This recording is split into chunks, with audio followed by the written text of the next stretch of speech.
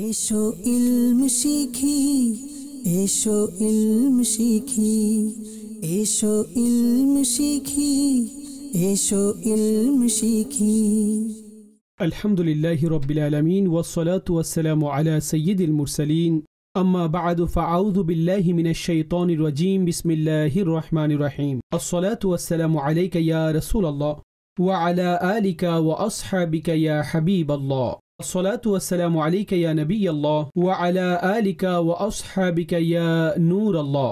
মাদানী চ্যানেলের দর্শক, অনুষ্ঠান আকীদা ও মতাদর্শে আপনাদেরকে স্বাগতম জানাচ্ছি, শুভেচ্ছা জানাচ্ছি। শুরুতে দরুদে পাকের ফজিলত আমাদের প্রিয় নবী সাল্লাল্লাহু আলাইহি ওয়া আলিহি ওয়াসাল্লামের ফরমানে আজমত আলিশান, যায়্যিনু মাজালিসাকুম বিসসালাতি আলাইয়া ফাইন্না সলাতাকুম আলাইয়া নূরুল লাকুম ইয়াউমাল কিয়ামাহ। তোমাদের মজলিসসমূহ আমার উপর দরুদ পাঠের মাধ্যমে সজ্জিত করো, যে তোমাদের আমার উপর দরুদ পাঠ করা কিয়ামতের দিন তোমাদের জন্য নূর হবে।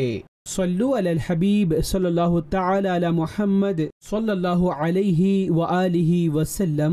সালাতান ওয়া সালামান আলাইকা ইয়া সাইয়্যিদি ইয়া রাসূলুল্লাহ। দর্শকবৃন্দ, এই প্রোগ্রামে আমরা বিশেষ করে কোনো একটি আকীদা সংক্রান্ত আলোচনা করে থাকি, আর সেই আকীদার গুরুত্ব কতটুকু, সেই আকীদার পিছে কোন দলিল রয়েছে, আর সেই আকীদা অস্বীকারীর শরঈ দিক থেকে কি হুকুম রয়েছে। মনে রাখবেন, আকীদা অনেক গুরুত্বপূর্ণ এবং জরুরি। যতক্ষণ পর্যন্ত আকীদা যথার্থ হবে না, আকীদায় কোনো সমস্যা থাকবে, তো ব্যক্তির ঈমানও যথার্থ হবে না।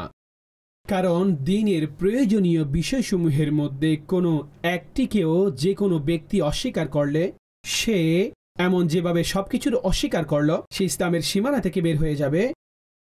এভাবে আল্লাহ রব্বুল আলামিনকে ওয়াহদাহু লা শরীক জানা, আল্লাহ একক। আল্লাহ রব্বুল আলামিন না সৃষ্টি হয়েছেন, না ওনার কোনো সন্তান রয়েছে, না ওনার কোনো সমকক্ষ রয়েছে। তিনি জাত এবং সিফাতের মধ্যে একক, ওনার কোনো অংশীদার নেই। এটা আল্লাহর একক হওয়ার ক্ষেত্রে এবং আল্লাহর তৌহিদের জন্য এটি দ্বীনের প্রয়োজনীয় একটি আকীদা। এখন এইভাবে তো কোনো ব্যক্তি আল্লাহকেও মানেন, খোদাকেও মানেন, কিন্তু আল্লাহর সাথে অন্য কাউকে আল্লাহর মতো মনে করেন, তো এটা কি হলো? শিরিক হলো। আল্লাহর জাত এবং সিফাতের মধ্যে আল্লাহর মতো অন্য কাউকে মানা, এটা শিরিক। তো এটি স্পষ্ট একটি বিষয়, আর এটা জানাও অনেক গুরুত্বপূর্ণ, জরুরি। আল্লাহর মতোই, অর্থাৎ যেভাবে আল্লাহকে মানছেন সেভাবে অন্য কাউকে মানা, এটা শিরক। অনেক সময় আমাদের সাধারণ জনতার কথা বলছি, যে তারা শিরকের পরিচিতি যথার্থভাবে বোঝে না, শিরিকের ব্যাপারে জানেও না শিরিক কাকে বলা হয়। কিন্তু সেই সাধারণ কথা নিয়ে মানুষের মধ্যে বিভিন্ন ধরনের হুকুম লাগিয়ে দেয়, যে এটা শিরিক হয়ে গেছে, এটা শিরক হয়ে গেছে, এটা শিরক হয়ে গেছে। শিরকের ব্যাপারে যথার্থ জ্ঞান থাকা উচিত। শিরক কি? আল্লাহর জাত কিংবা সিফাতের মধ্যে আল্লাহর মতোই অন্য কাউকে মেনে নেওয়া, এটাকে শিরক বলা হয় থাকে। এখন আপনি বলুন যে আপনি ডাক্তার থেকে ওষুধ নিলেন, আপনি সুস্থ হয়ে গেলেন, আপনি বলছেন যে ডাক্তার এর ওষুধের কারণে সুস্থ হয়েছি, কিংবা ডক্টর সুস্থ করে দিয়েছেন। তো এই যে প্রকাশ্য সম্পর্ক, তাহলে কি মাযআল্লাহ কেউ কোনো ডাক্তারকে খোদা মানেন? অবশ্যই না। তাহলে কি কেউ কোনো ডাক্তারের ঔষধকে কেউ এইভাবে ইলাহের অবস্থান দান করে? কখনো নয়। তো এই যে ডাক্তারের দিকে শিফা এর সম্পর্ক করা হলো, তো এটা প্রকাশ্যে কোনো একটি কারণ পাওয়া যাওয়ার কারণে, মূলত আল্লাহর পক্ষ থেকেই মানুষের শিফা হয়ে থাকে। শিফা মিন জানিবিল্লাহ। টাকার মাধ্যমে ব্যয়বহুল চিকিৎসা অবশ্যই সম্ভব। টাকার মাধ্যমে ব্যয়বহুল যে ল্যাবরেটরি রয়েছে, আর সেখানে টেস্ট আর তার রিপোর্টস, এগুলো সম্ভব। কিন্তু তাহলে কি আপনারা টাকা দিয়ে শিফা কিনতে পারবেন? কিনতে পারবেন না। শিফা মিন জানিবিল্লাহ। কিন্তু আমি এই কানে উদাহরণের মাধ্যমে, উদাহরণ দিয়ে যেটা বুঝাতে চাচ্ছি, এখানে যে নিসবত করা হয়েছে, এটা দ্বারা কেউ এটা বুঝে না, কিংবা এটা দ্বারা কেউ এটা উদ্দেশ্য করে না যে আল্লাহর চাওয়া ব্যতীত, রবের অনুগ্রহ ব্যতীত ডাক্তার শিফা দান করে দিয়েছেন, এমনটা নয়। কারণ আমরা ডক্টরকে বান্দা মেনে থাকি, আমরা ডক্টরকে মানুষ মনে করে থাকি। তার এই যোগ্যতা এবং এই বিষয়ের মধ্যে, এই মেডিকেল লাইনের মধ্যে তার জবে ডাক্তার হিসেবে চিকিৎসায় ওনার জ্ঞান গভীরতা রয়েছে, যাতে তিনি রোগীকে শনাক্ত করে তার যথাযোগ্য চিকিৎসা দিয়ে থাকেন। এই জন্য নিসবত সেই দিকে করে দেওয়া হয়। তো এইখানে কোনো ধরনের কোনো শিরিকের সন্দেহ আসবে না। কিন্তু এই বিষয়টি যদি অন্য কোনো জায়গায়, অর্থাৎ যদি আমরা নবীগণের দিকে কোনো বিষয়ের নিসবত করে থাকি, কিংবা ওনাদের কাছ থেকে কোনো প্রশ্ন করি, ওনাদের কাছে কিছু চাই কিংবা জিজ্ঞেস করি, আউলিয়াগণের সাহায্য প্রার্থনা করলে, তো অনেক সময় এই লোকেরাই সন্দেহের মধ্যে পড়ে যায় আর বলে যে নাও, এটা শিরক হয়ে গেছে। এটা শিরক নয়। নবী যত সংখ্যক পাইগাম্বার রয়েছে, নবী রয়েছে, রসুল রয়েছে আল্লাহ পাকের, ওনারা সকলেই আল্লাহর বান্দা। এত বিশাল একটি ব্যাপক পার্থক্য। রব রব, খালিক অবশ্যই খালিক, আর ওনারা মখলুক, আম্বিয়াগণ সৃষ্টি। আল্লাহ ওনাদেরকে সৃষ্টি করেছেন, ওনারা আল্লাহর বান্দা, আল্লাহর বিশেষ বান্দা। হ্যাঁ, আল্লাহ ওনাদেরকে অনেক অনুগ্রহ করেছেন। অনুরূপভাবে আউলিয়াদের উপরে আল্লাহর অধিক অনুগ্রহ রয়েছে, অনেক কৃপা রয়েছে। কিন্তু যখনই সাহায্য করার সম্পর্ক এই দিকে আল্লাহর বান্দা, আল্লাহর নবীগণ, আল্লাহর খাস এবং নেক বান্দা আউলিয়াগণের দিকে নিসবত করা হয়ে থাকে, তো সেই সময় মানুষের মধ্যে এই ধরনের সন্দেহ উঠে আসে। মূলত এটা ভুল, এটা ভুল। আমাদের আকীদা হচ্ছে এটা, আহলে সুন্নতের আকীদা হচ্ছে এটা। আল্লাহ ছাড়া, অর্থাৎ গায়রুল্লাহ থেকে যে সাহায্য চাওয়া হয় কিংবা ওনাদের ওয়াসিলা যেটা ইখতিয়ার করা হয়, মূলত যেটা সাহায্য প্রার্থনা করা হয়, এটাও ওয়াসিলা। আকীদা এটাই রাখি যে ওনারা আল্লাহর নেককার বান্দা, আল্লাহর অনুগ্রহে ওনারা সাহায্য করে থাকেন। আর এটা আকীদা রাখা যে এই বস্তু ওনাদের কাছে অনুগ্রহ, আর রব মালিক ও মুখতার। রব না চাইলে তিল পরিমাণ এদিক সেদিক হবে না, সেদিক থেকে এদিক আসবে না। রব না চাইলে আল্লাহ কাদের মুতলক, কিন্তু ওনারা আল্লাহর অনুগ্রহে সাহায্য করে থাকেন। আর আল্লাহ ওনাদেরকে সামর্থ্য দিয়েছেন। ওনারা রবের বারেগাহের মুহতাজ, আল্লাহ কারো মুহতাজ নন। তাহলে শিরিক কিভাবে হলো? তো অনেক সময় শাব্দিক দিক থেকে কোনো ধরনের এভাবে ইশতিরাক, অর্থাৎ শব্দ মিলে যাওয়া, এটা হয়ে যাওয়ার কারণে মাযআল্লাহ কোনো ধরনের শিরিক এখানে উঠে আসবে না। শিরিকের পরিচিতি মাথায় রাখা গুরুত্বপূর্ণ এবং অতীব জরুরি যে কোনো ব্যক্তি রাত এবং সিফাতের মধ্যে আল্লাহকে যেভাবে মানেন, সেভাবে আল্লাহর মতো অন্য কাউকে মেনে নিলে যেমন আল্লাহ, তেমনই সে ব্যক্তি। আমি বলছি উলামা তো দূরের কথা, সাধারণ মানুষের মধ্যেও যারা বোঝেন তাদেরকে এই কথা জিজ্ঞেস করা হলে, আপনি আম্বিয়াদের ব্যাপারে, আউলিয়াদের ব্যাপারে, সাহাবাগণের ব্যাপারে, আহলে বাইতের ব্যাপারে, আল্লাহর ফেরেশতাদের ব্যাপারে কি আকীদা রাখেন? তারা কি আল্লাহর মতো? মাযআল্লাহ। তো কোন অবস্থায় আপনি জবাব হ্যাঁ সূচক নয়, বরং না সূচক পাবেন যে কোনো অবস্থায় নয়। ফেরেশতা তাদেরকেও আল্লাহ সৃষ্টি করেছেন, নবী তাদেরকেও আল্লাহ সৃষ্টি করেছেন, আউলিয়া তাদেরকেও আল্লাহ সৃষ্টি করেছেন। তারা আল্লাহর বান্দা, হ্যাঁ আল্লাহর বারেগাহে নৈকট্য রাখেন, মুবারক ব্যক্তিত্ব। রব ওনাদের সম্মান বৃদ্ধি করেছেন, আর রব তাবারক ওয়া তাআলার অনুগ্রহে তারা মানুষকে সহযোগিতা করে থাকেন। আর কিভাবে তারা আল্লাহর কাছ থেকে নেন? আল্লাহর বারেগাহে দোয়া করেন। আমার করিম আকা সাল্লাল্লাহু আলাইহি ওয়াসাল্লাম যিনি নিজেই এটা বলছেন, কি ইরশাদ করছেন যে আল্লাহ অনুগ্রহ করেন, আমি বন্টনকারী। রব হ্যায় মুഅতি, ইয়ে হ্যায় কাসিম, রিজক उसका है किलाते ये है। আলে হযরত ইমাম আহলে সুন্নাত এই হাদিসকে অত্যন্ত সুন্দরভাবে উপস্থাপন করেছেন। তো এই যে আকীদা মতাদর্শ রয়েছে ফেরেশতাদের ব্যাপারে, আম্বিয়াগণের ব্যাপারে, আউলিয়াগণের ব্যাপারে একেবারে স্পষ্ট। আর শিরক থেকে পাক, এর সাথে শিরকের দূর দূরান্তের কোনো সম্পর্ক নেই। আমরা আহলে সুন্নাত আলহামদুলিল্লাহ আর আল্লাহ পাকের তাওহীদকেও সেইভাবে জানি এবং মানি যেভাবে আল্লাহ রব্বুল আলামিন বর্ণনা করেছেন, প্রিয় রাসূল সাল্লাল্লাহু আলাইহি ওয়াসাল্লাম বর্ণনা করেছেন। আর আম্বিয়া এবং রাসূলগণের শানকেও, অতঃপর ইমামুল আম্বিয়ার শানও সেইভাবে আমরা মেনে থাকি যেভাবে রব বর্ণনা করেছেন আর রবের রাসূল বর্ণনা করেছেন। এখন কিভাবে বর্ণনা করেছেন একটু মনোযোগ দিন। কুরআনে তাওহীদ বর্ণনা করা হয়েছে আর শিরককে নিন্দা করা হয়েছে।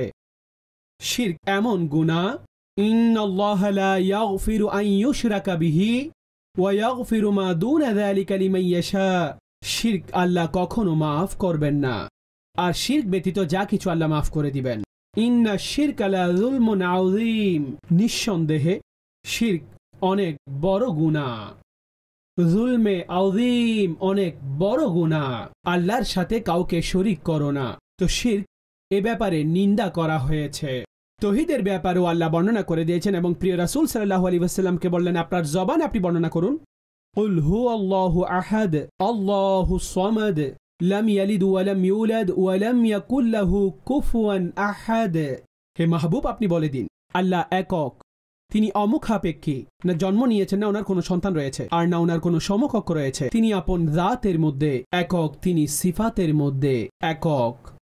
তিনি একক, এক, আজল থেকে আবদ পর্যন্ত। আজলি তিনি আবদীয়, সব সময় আছেন, সব সময় থাকবেন। সবকিছু ধ্বংস হয়ে যাবে, কিন্তু আল্লাহর জাত অবশিষ্ট থাকবে, তিনি সবসময় বাকি থাকবেন এমন জাত। কুল্লু মান আলাইহা ফান ওয়া ইয়াবকা ওয়াজহু রাব্বিকা যুল জালালি ওয়াল ইকরাম। আল্লাহ রাব্বুল আলামিনের জাত বাকি থাকবেন, সবকিছু শেষ হয়ে যাবে।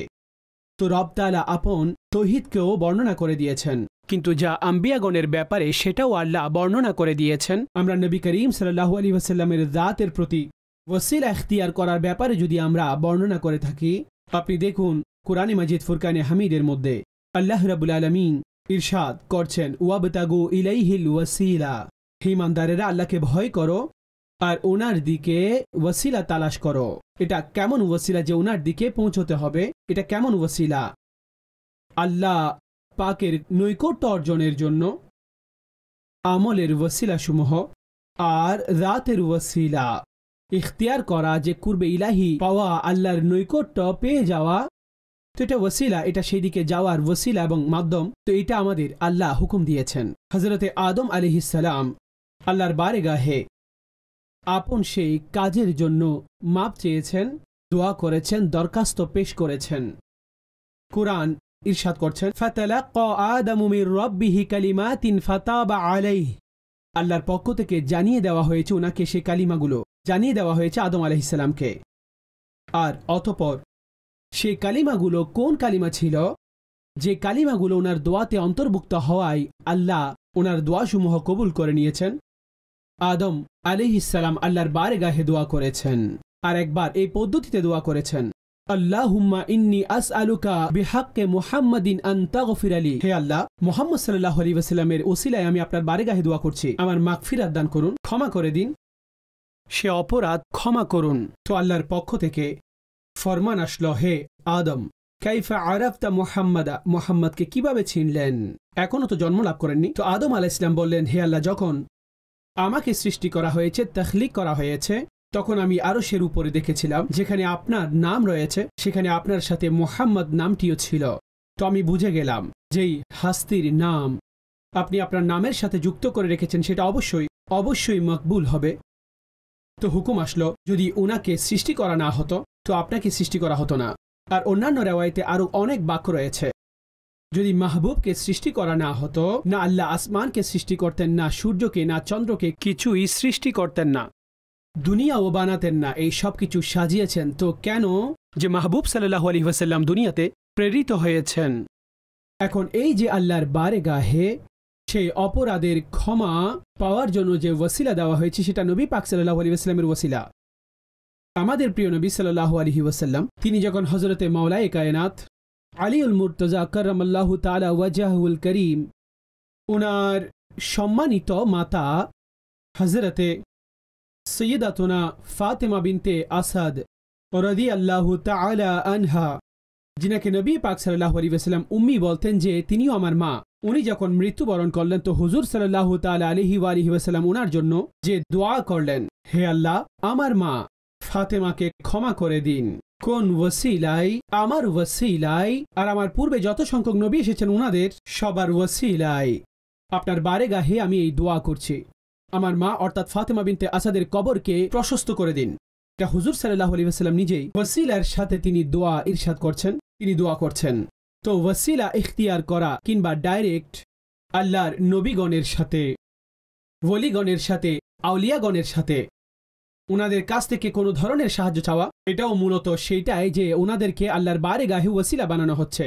আপনারা শুধুমাত্র এই শব্দগুলোকে দেখে মানুষকে শিরকের ফতোয়া দেওয়া, এটা অনেক বড় বেইনসাফি আর ইলমের খিয়ানত আর ইলমের ধোঁকা। কুরআনে মাজিদ ফুরকানে হামিদের মধ্যে আল্লাহ পাক ইরশাদ করছেন, فَإِنَّ اللَّهَ هُوَ مَوْلَاهُ وَجِبْرِيلُ وَصَالِحُ الْمُؤْمِنِينَ وَالْمَلَائِكَةُ بَعْدَ ذَلِكَ ظَهِيرٌ। নিঃসন্দেহে আল্লাহ মাওলা সাহায্যকারী, জিব্রাইল সাহায্যকারী, আর মুমিন তারাও সাহায্যকারী। এটা আল্লাহ রাব্বুল আলামিন ইরশাদ করছেন। মাওলা এটি একটি শব্দ, অর্থাৎ যার অর্থ সাহায্যকারী, এটা আল্লাহর জন্য প্রযোজ্য। আর এই শব্দ, এই লফজ জিব্রাইলের জন্য নেক, মুমিনদের জন্য। তো এখন বলুন, প্রকাশ্যের শব্দ হচ্ছে এক, তাহলে কি এভাবে বলার কারণে এমন কি হয়ে যাবে? পার্থক্য স্পষ্ট, যেটা আমি শুরুতে বর্ণনা করেছি, যে আল্লাহর দেওয়া অনুগ্রহতে ফেরেশতারা সাহায্য করবে, আল্লাহর দেওয়া অনুগ্রহে আম্বিয়াগণ সাহায্য করবে, আল্লাহর দেওয়া অনুগ্রহে ক্ষমতায় আউলিয়াগণ সাহায্য করবে। আর এই ধরনের শব্দগুলোকে শিরিকের দিকে নিয়ে যাওয়া, এটা সর্বোচ্চ পর্যায়ের নির্বুদ্ধিতা আর বেইনসাফির বিষয়। যখন আকীদা একেবারে পরিষ্কার পরিচ্ছন্ন যে এটা আল্লাহর অনুগ্রহ, ওনারা সাহায্য করেন। আমি আপনাদের জিজ্ঞেস করছি, বাচ্চারাও বদরের ঘটনা জানেন, একেবারে মনে না থাকলেও কিছু গুরুত্বপূর্ণ অংশ তাদের মনে আছে।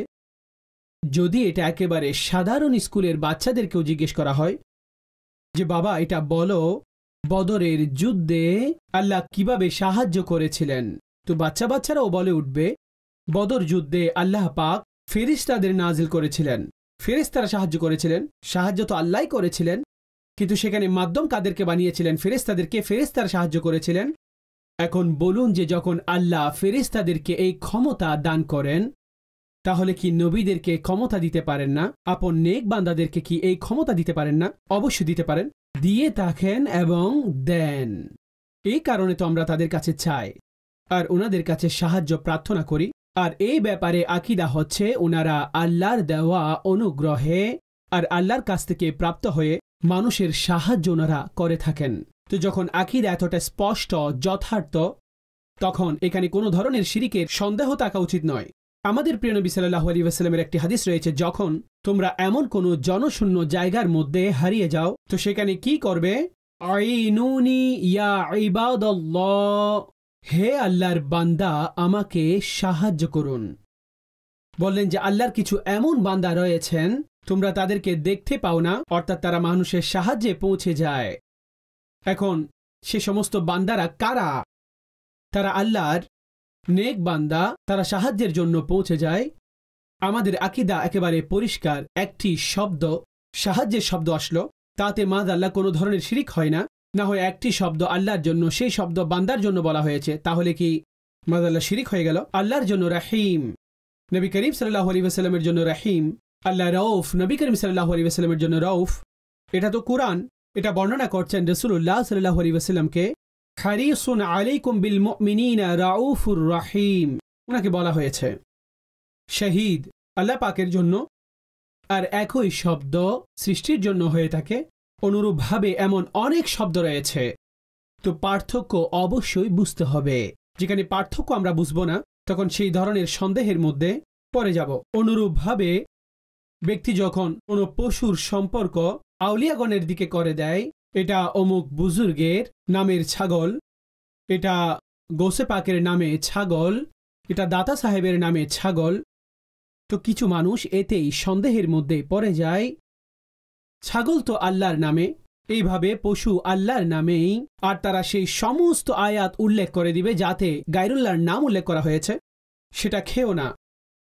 মূলত শুধুমাত্র নিসবত এখানে করা হচ্ছে, গৌসে পাকের নাম নিয়ে কেউ তার উপর ছুরি চালাচ্ছে না।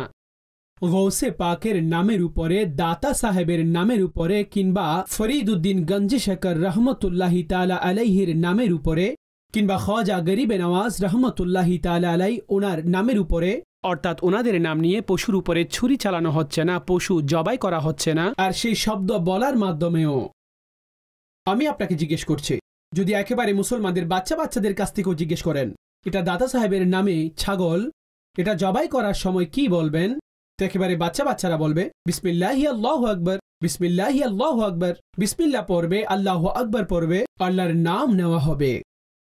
তো যে নিসবত ছিল তার কি হয়েছে ভাই? সেটা তো শুধুমাত্র একটি প্রকাশ্যে নিসবত ছিল, যে এই কুরবানির উপরে যে সওয়াব আমরা লাভ করব, সেই সওয়াব গোসে পাককে পেশ করা হচ্ছে। সে সওয়াব আমরা দাদা আলী হাজবেরি রহমতুল্লাহ আলাইকে পেশ করছি, সে সওয়াব আমরা বাবা ফরিদ রহমতুল্লাহ আলাইকে পেশ করছি, সে সওয়াব আমরা খাজা গরিবে নওয়াজ আলাইহি রহমাকে পেশ করছি, সেই সওয়াব আমরা অমুক পীর সাহেবের নিসবত করছি। উদ্দেশ্য এটাই শুধুমাত্র কি নিসবতের কারণে তাহলে এটা শিরিক হয়ে যাবে? কখনো নয়। এই ভুল ধারণা মানুষের মধ্যে রয়েছে। মূলত যেটা কুরআনে পাকের মধ্যে নিষেধ করা হয়েছে, যেটা না খাওয়ার কথা বলা হয়েছে, যেখানে আল্লাহর নাম ছাড়া অন্য কারো নাম নেওয়া হয়েছে, তো সেটা খেও না। আপনারা টোটাল তার তফসিরগুলো তুলে তারপর দেখুন। এর মধ্যে রয়েছে যে জবাইয়ের সময় আল্লাহর নাম ব্যতীত যেখানে অন্য কারো নাম নেওয়া হয়েছে সেটা খেও না। কারণ মুশরিকরা সেই সময় তারা আপন বাতিল খোদাদের নামে পশুসমূহ জবাই করত। এজন্য মুসলমানদেরকে বলে দেওয়া হয়েছে, ইরশাদ করা হয়েছে যে আল্লাহ ব্যতীত অন্য কারো নাম নিলে সে প্রাণীগুলো তোমরা খাবে না, অর্থাৎ জবাইয়ের সময়। এমন নয় যে নিসবত করবে। কুরবানির দিন হোক, আপনার ঘরের নিকটে 3টি প্রাণী বেঁধে রেখেছেন, আপনাকে জিজ্ঞেস করা হলো এটা, তো বললেন যে এটা চাচার, এটা ভাইয়ের, এটা ছোট ভাইয়ের, এটা অমুকের কারো বাচ্চা জন্ম লাভ করলো, হ্যাঁ তার জন্য এটা নিয়ে এসেছি, আকিকা করতে হবে। আচ্ছা, এই আকিকার পশুর সম্পর্ক যখন বাচ্চার দিকে করা হয় তখন কি এটা শিরিক হয় না? এখন বলবেন মৌলানা সাহেব শিরিক হবে না, কিভাবে হবে? এটা তো বাচ্চার দিকে নিসবত করা হয়েছে। যখন জবাই করবেন আল্লাহর নামে করবেন, যখন এই নিসবত ঠিক রয়েছে এবং কোনো ধরনের কোনো শিরিক নেই, তাহলে সেই নিসবত ঠিক আছে। যখন কোনো আউলিয়াগণের নিসবত করা হয়, সেই পশুর কিংবা আল্লাহর প্রিয় নবী সাল্লাল্লাহু আলাইহি ওয়াসাল্লামের দিকে তার নিসবত করা হলে সেটারও কোনো ধরনের কোনো নিষেধাজ্ঞা তার ব্যাপারে নেই। তো এই জন্য এই বিষয়সমূহ অবশ্যই আমাদের স্পষ্টভাবে বোঝা উচিত। মুসলমানদের উপরে এইভাবে শিরিকের ফতোয়া লাগানো যাবে না। আমার নবী আলাইহিস সালাম তো এটাই ইরশাদ করেছেন, উম্মতের উপর আমি শিরিকের ভয় করি না। তাহলে আমরা বান্দার প্রত্যেকটি বিষয়ের উপরে কিভাবে বলি এটা শিরিক, কিভাবে বলতে পারি এটা শিরিক হয়েছে? এমন কোনোভাবে হওয়া উচিত নয়। এই বিষয়গুলো যতক্ষণ আমরা যথাযথভাবে বুঝতে পারবো না, সেই সময় পর্যন্ত এই ভুল ধারণাগুলো সৃষ্টি হতে থাকবে। আর যখন উলামায়ে দ্বীনের কাছ থেকে সহযোগিতা নেবেন, তো ইনশাআল্লাহ আপনার সমস্ত ওয়াসওয়াসাও সেগুলো শেষ হয়ে যাবে। দর্শকবৃন্দ, শিরিকের ব্যাপারে কিছু কথা আজকে আরজ করার সুযোগ হয়েছে। ইনশাআল্লাহ এই দরস জারি থাকবে। আর পরবর্তী পর্বেও রব তাবারক ওয়া তাআলার যাত ও সিফাতকে কেন্দ্র করে আরো অনেক বিষয় শোনার সৌভাগ্য অর্জন করব। আপনাদের অনুমতি চাচ্ছি। ফি আমানিল্লাহ। এসো ইলম শিখি, এসো ইলম শিখি, এসো ইলম শিখি, এসো ইলম শিখি।